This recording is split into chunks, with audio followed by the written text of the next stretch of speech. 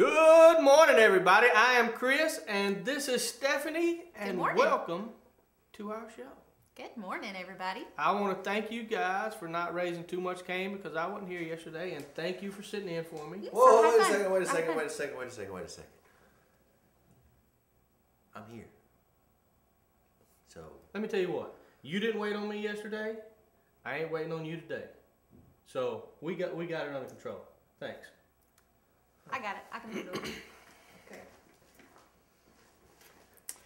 Now the attack from Al Qaeda was 10 years ago. That was a great transition, seeing that Russell came in and tried to attack me to get me to move out of my chair. He must be Al Qaeda. I hope nobody. I think so.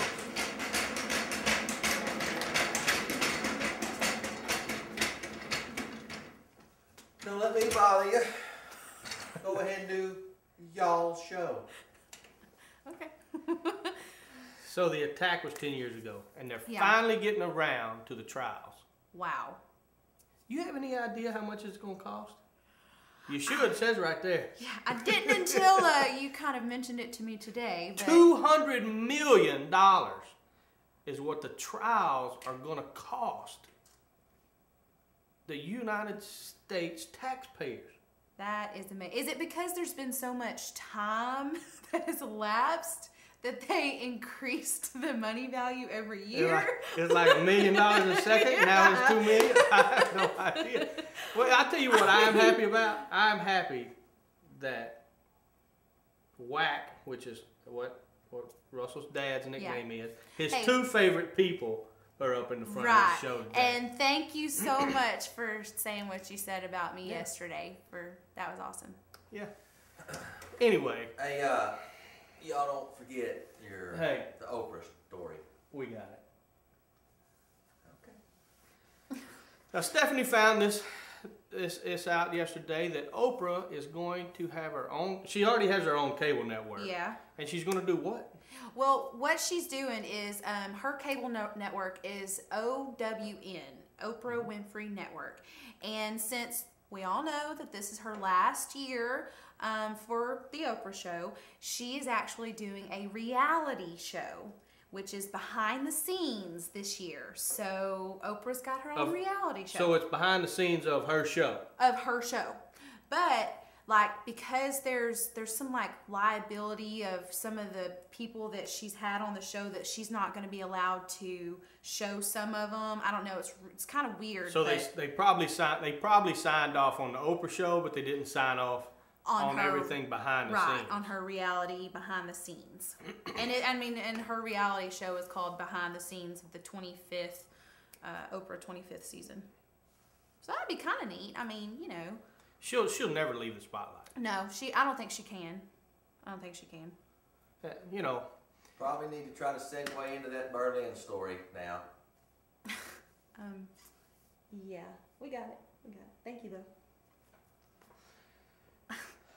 Now, since Stephanie produces this show, most of the time, it's always great when you have a feel-good story, and this is what this one is. Nothing feel good back here. Okay. There's a woman watching sunset on a tourist webcam. Yes. That's what they said she was watching on the webcam. I've seen some other things that look like the moon on webcams, but this was a sunset. And she found. Tell them the story, because I have no idea. Okay, this is nice having you on here, since you actually know the story. So we usually just make our own stuff up. Since I just have stuff on there, y'all there's a backstory to some of this. I know the story if y'all need me to fill in. So anyway, the woman is watching this beautiful sunset in Berlin, and the North Sea is all frozen, and it's really, really beautiful. Well, she notices these flashes, and so she doesn't know what it is, and the closer she looks, there's a man that is lost out on the frozen sea. He went out, tried to take some pictures of the sun setting, and they said that when the sun sets there, it almost kind of blinds you a little bit to where you kind of lose where the coast is for you to get back to land and everything. So he's out there kind of lost, not really knowing where to go. So he starts flashing his camera, and she sees it and calls the authorities, and they come out and save his life. Can you believe that? That is amazing. Isn't that, I mean, technology. I have looked for stuff to call the authorities about on webcams, and it hadn't happened yet. I hadn't really seen anything that I didn't approve of, but that's crazy. I know. But what's weird to me is that, you know, somebody's just going to sit in their house and watch a tourist webcam sunset. There's a lot of crazy people out there. So, a lot of crazy people. But hey, I'm glad she was. I'm glad she was. The next story on the Vajazzle. Shut up! Anyway. He would bring up something about Vajazzle. Vajazzle. Of course he would. I wonder if he de-jazzles. Not enough jewelry. I don't know. But so a tennis bracelet wouldn't work? If it's got to do with the vajayjay, then I'm sure he's going to have something to say about it. Women are bedazzling their area. It's called Vajazzle. I heard from this from your mom because she heard I don't have any it. proof that my mom bedazzles. Does she? I don't know yet. See, I almost had him there. I was a little worried. I had no idea. I've never heard of it. And then she came in and told me this.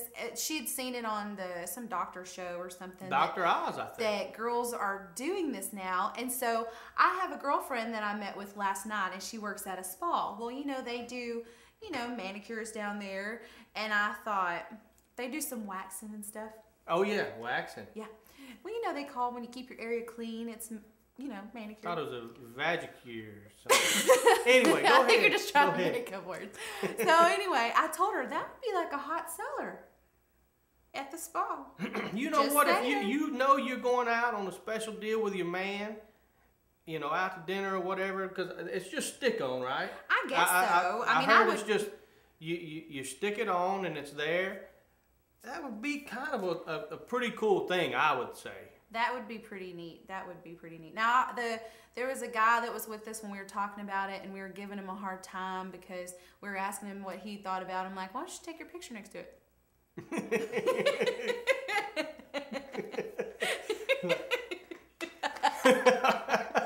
So can you get those? So can you get that? So, yesterday, I get a call from the school. Yeah. Oh, crap. Second one this week.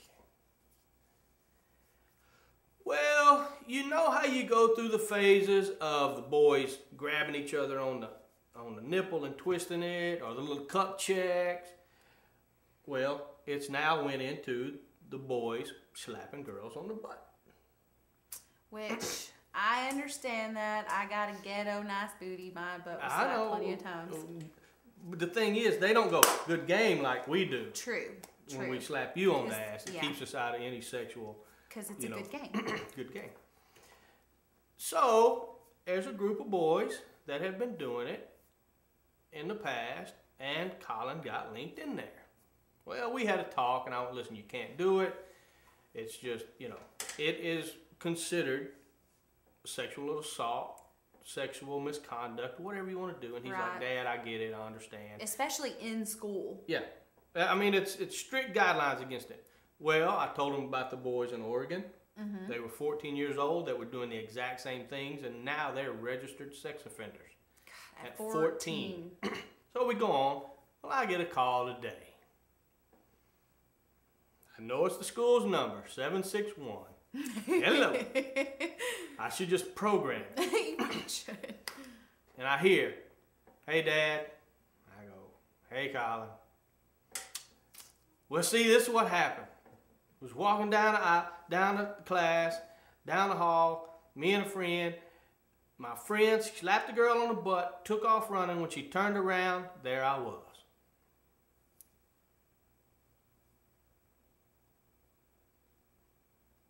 He was on speakerphone. The principal got on there and went, here's a story. I said, Well, I'm gonna be honest with you.